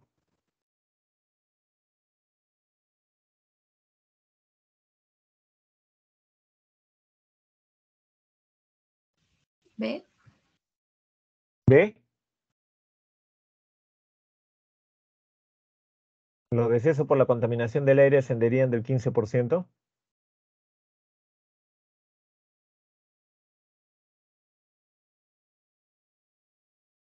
Como es una extrapolación, hay que trabajar solamente en función, hemos dicho, directamente a lo que nos plantea el texto. En el texto nos plantean un problema. ¿Cuál es el problema que se plantea en el texto? Las muertes por contaminación del aire, ¿no? Entonces, las muertes por contaminación del aire están provocadas por diversos factores. Algunos de los factores son la contaminación generada en la cocina para obtener la luz, pero otras víctimas, otras muertes son causadas pues por otras fuentes de contaminación del aire, ¿sí? Entonces, si nos dicen en un texto que hay 5 factores que causan un fenómeno y luego nos dicen que se elimina uno de esos factores, ¿qué pasaría? Los otros factores persistirían, ¿no? Entonces sería la alternativa C. Aunque se eliminaran estos factores de muerte, aún quedarían otros factores como la quema de carbón. Seguiría existiendo el problema de las muertes por la contaminación del aire. ¿Sí? ¿Está claro? Esa extrapolación es ponerlo al revés nada más. ¿Ya? En el texto dice, sobre los territorios conquistados por el Tahuantinsuyo, lo usual era mantener a los curacas aborígenes en sus puestos de gobierno. Considerando la enorme importancia que tenía el aspecto religioso, uno de los medios de sometimiento más efectivos consistía en llevar las huacas o ídolos de las etnias vencidas, junto con algunos ministros de su culto, a la capital del imperio. De este modo se les inculcaba la idea de que el Cusco significaba el nuevo eje de su existencia. Simultáneamente se introducía a tales vasallos en el culto a Viracocha, el Sol, Illapa y otras divinidades incaicas. Además, era obligatorio el aprendizaje del idioma quechua y el uso de la vestimenta característica de los dominadores. No obstante, lo cual se les permitía conservar los gorros o turbantes vernáculos como símbolo de distinción étnica. Los emperadores residentes en el Cusco trataban de legitimar su autoridad presentándose como descendientes o representantes del dios Sol, figura religiosa que dejó en un segundo plano a Viracocha, la divinidad creadora del mundo andino, después de la triunfal acción de Pachacútec. Por este motivo, el Inca era reverenciado como una personalidad arquetípica, virtualmente sobrenatural. Con arreglo a dicha concepción, el soberano quechua asumía el rol de bienhechor de todos los hombres, lo que le obligaba a cuidar de sus vasallos en cualquier ocasión de peligro o desastre, así como a mantenerlos satisfechos y plácidos. Para realizar tales propósitos, los monarcas se valían de una nutrida burocracia, cuya estructura fue ampliándose conforme se dilataban las fronteras del Tahuantinsuyo. La administración de este vasto territorio se ejercía mediante el concurso de dos niveles de funcionarios. En primer lugar estaba la aristocracia de los orejones, formada por miembros de las panacas, linaje de los incas antiguos, y por algunos sujetos elevados a esa dignidad en virtud de su talento para la labor gubernativa. Los orejones desempeñaban cargos eminentes en la organización del Cusco. Dirigían expediciones militares de conquista y sojuzgación, efectuaban visitas para controlar el gobierno de los curacas, etc. El segundo nivel burocrático correspondía a los jefes de las comunidades étnicas, quienes mantuvieron su preeminencia bajo el requisito de observar las normas dictadas por el Inca y ofrecer el aporte tributario de sus súbditos cada vez que se les fuera solicitado. ¿Sí? Este es de Teodoro Hampe, ¿no?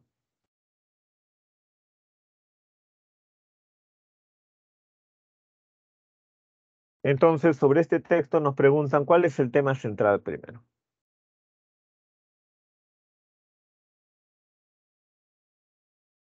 ¿En qué se centra el texto?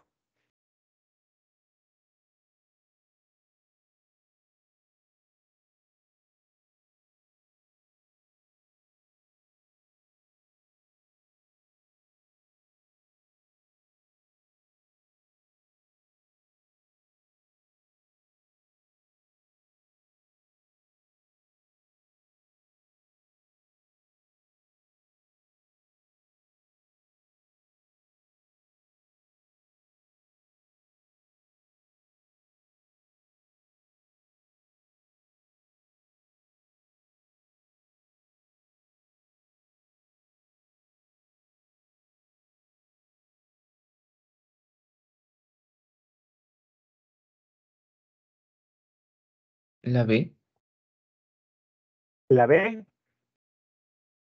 se centra efectivamente en la política de sometimiento del imperio incaico. Nos explica cuáles son los mecanismos que utilizaban los incas para mantener sometidos, pues, ¿no?, al resto de la población. Resulta incompatible con el texto sostener que las etnias sometidas por el imperio incaico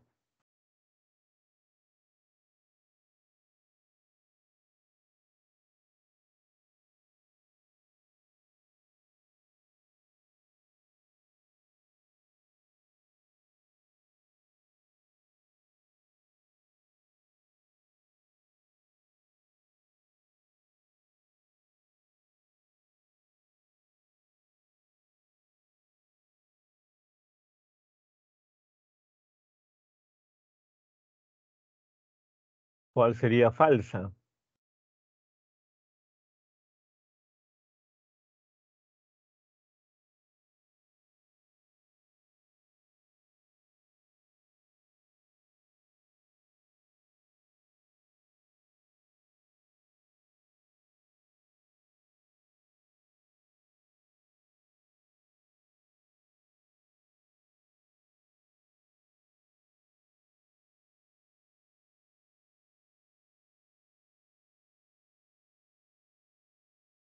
Sería entonces la B de beso falsa, ¿no? Vieron desplazadas sus divinidades por el culto al dios Sol. Lo que dice en el texto es que sus divinidades, ¿no? Sus huacas, sus ídolos, eran trasladados al Cusco con sus sacerdotes para que alabaran ahí, en el Cusco, a sus divinidades, ¿no? De esa manera, pues, ¿no? Hacer una especie de desplazamiento mental. Poco lo que hicieron también los cristianos, los católicos acá, ¿no? Según el texto, los funcionarios de la administración del segundo nivel se mantenían en sus cargos.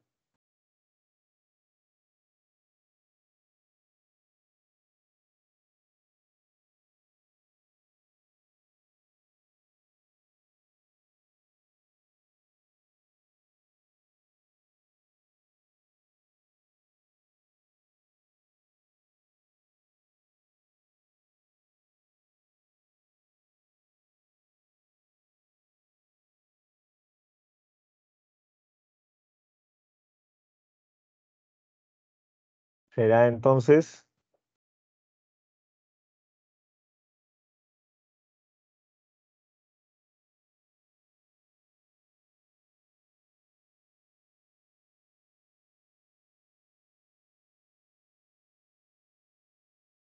sería la A, ¿no? A cambio de seguir gozando de ciertos privilegios, ¿no? Los curacas,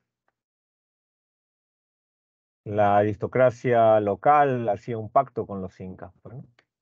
Ellos ayudaban a gobernar y a cambio permanecían con su privilegio. De la lectura del texto se puede concluir que el imperio incaico pretendía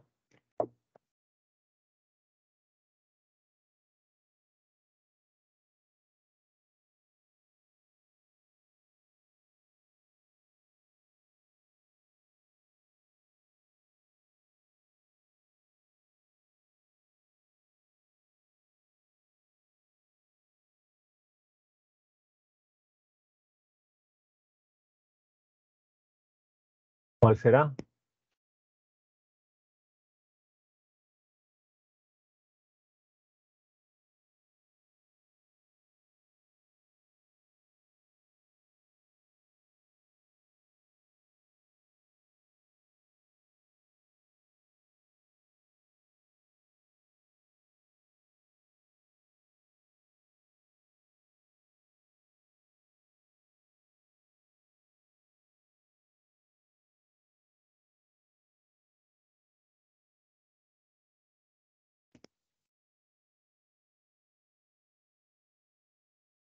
Sería la E, ¿no?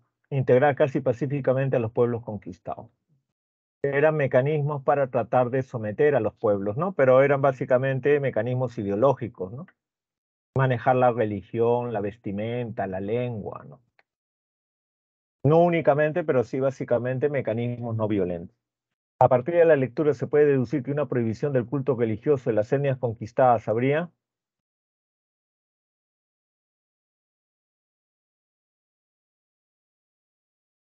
es una forma de extrapolación, pero al revés, ¿no? Los incas permitían los cultos ajenos para poder integrar pacíficamente a la población. Si no hubieran hecho eso,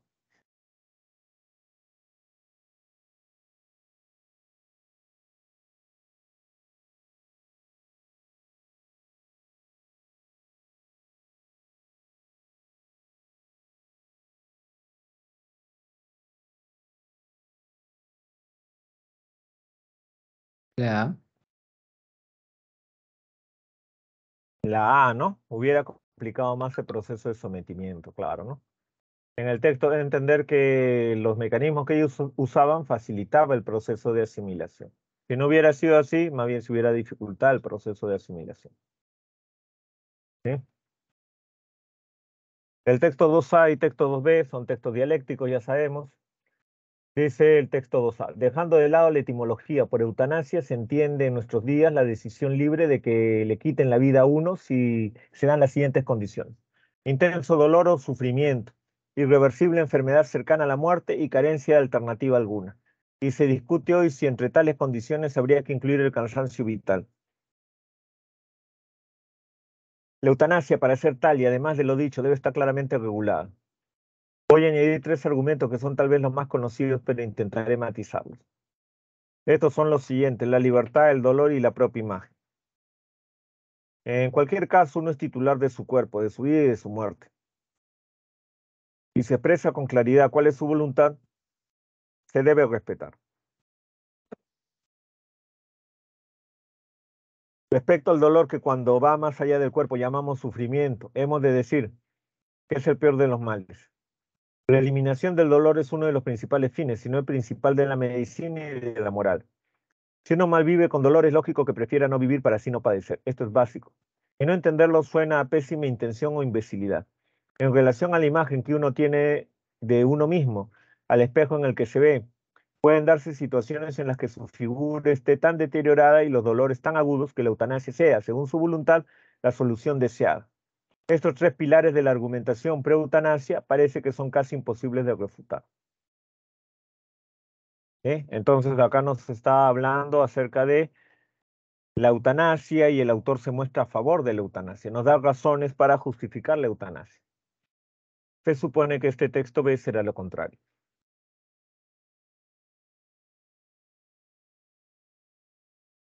Dice, la OMS define la eutanasia como aquella acción del médico que provoca deliberadamente la muerte del paciente. Esta definición resalta la intención del acto médico, es decir, el querer provocarla voluntariamente la muerte del otro.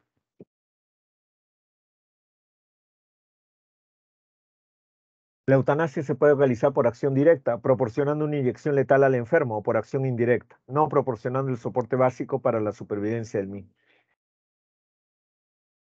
En ambos casos la finalidad es la misma, acabar con una vida enferma. Esta acción sobre el enfermo con intención de sacarle la vida se llama y debería seguir llamándose homicidio.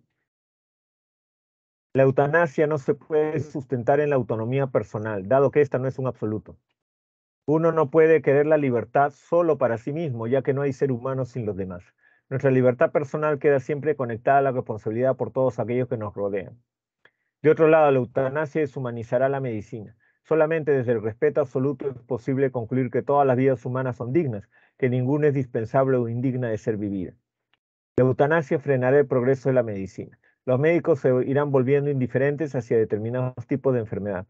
No habrá razones para indagar en los mecanismos patogénicos de la degeneración cerebral, del cáncer en estado terminal, de las malformaciones bioquímicas o morfológicas, etc. Por estas razones, la eutanasia es inadmisible. ¿Sí? ¿Está claro? ¿Se entiende? Está en contra de la eutanasia este autor, Martínez, y da razones para estar en contra. Aunque como ustedes se dan cuenta, las razones no son muy sustentables, digámoslo así, ¿no? Parte de una argumentación tendenciosa, que es utilizar el término homicidio, que tiene connotaciones claramente negativas y hasta delictivas, ¿no?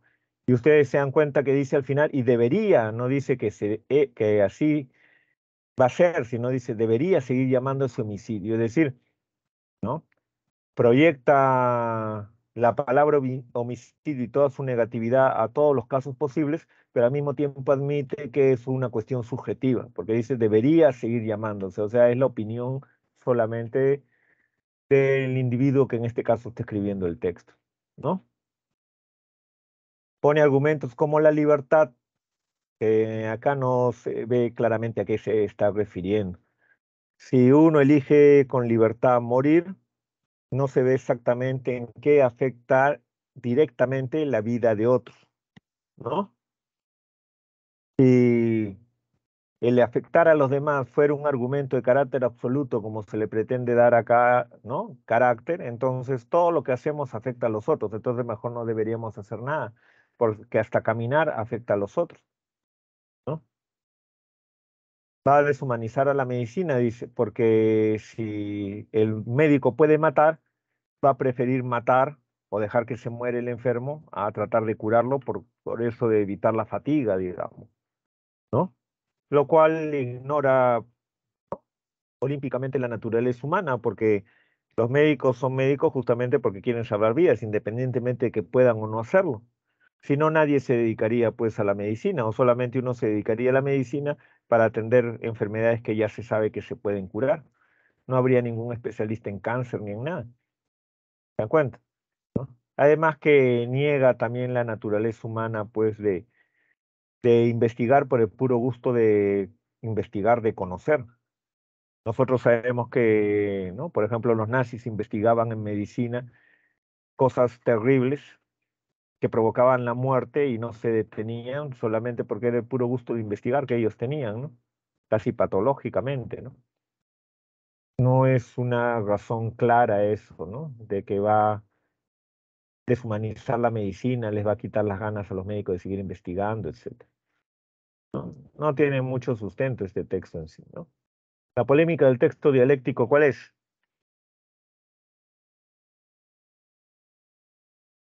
¿Sobre qué se está discutiendo?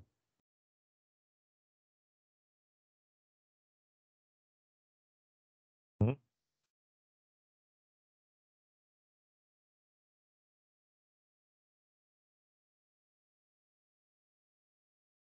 En pocas palabras, se está discutiendo si es que se debe o no se debe aplicar al ser humano, ¿no? Simplemente es si se debe admitir o no se debe admitir, ¿no? Sería la B de beso. ¿Es una práctica justificada en el ser humano? ¿Se debe hacer o no se debe hacer la eutanasia? ¿Sí?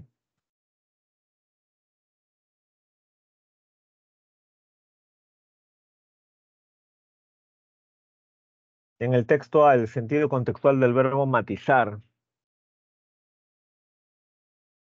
dice, voy a añadir 3 argumentos que son tal vez los más conocidos, pero intentaré matizarlos. Cuando dice que intentaré matizar estos argumentos, hay algunos argumentos bien conocidos, pero los voy a matizar.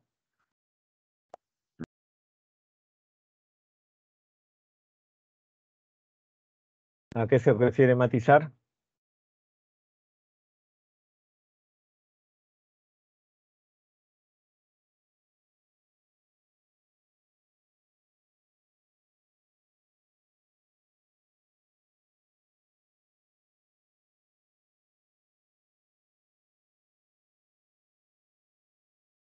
Matizar se refiere a dilucidar. Matizar es aclarar algo, establecer los matices, los diferentes aspectos de algo. Eso es matizar, dilucidar, aclarar, digamos. ¿Ya? La E de Nan. Vamos a tener 5 minutos de receso y luego continuamos con las preguntas que nos faltan, ¿no? Las 3 que nos faltan, ¿sí? Tenemos establecido un receso a las 12. De 12 a 12:05. ¿Sí?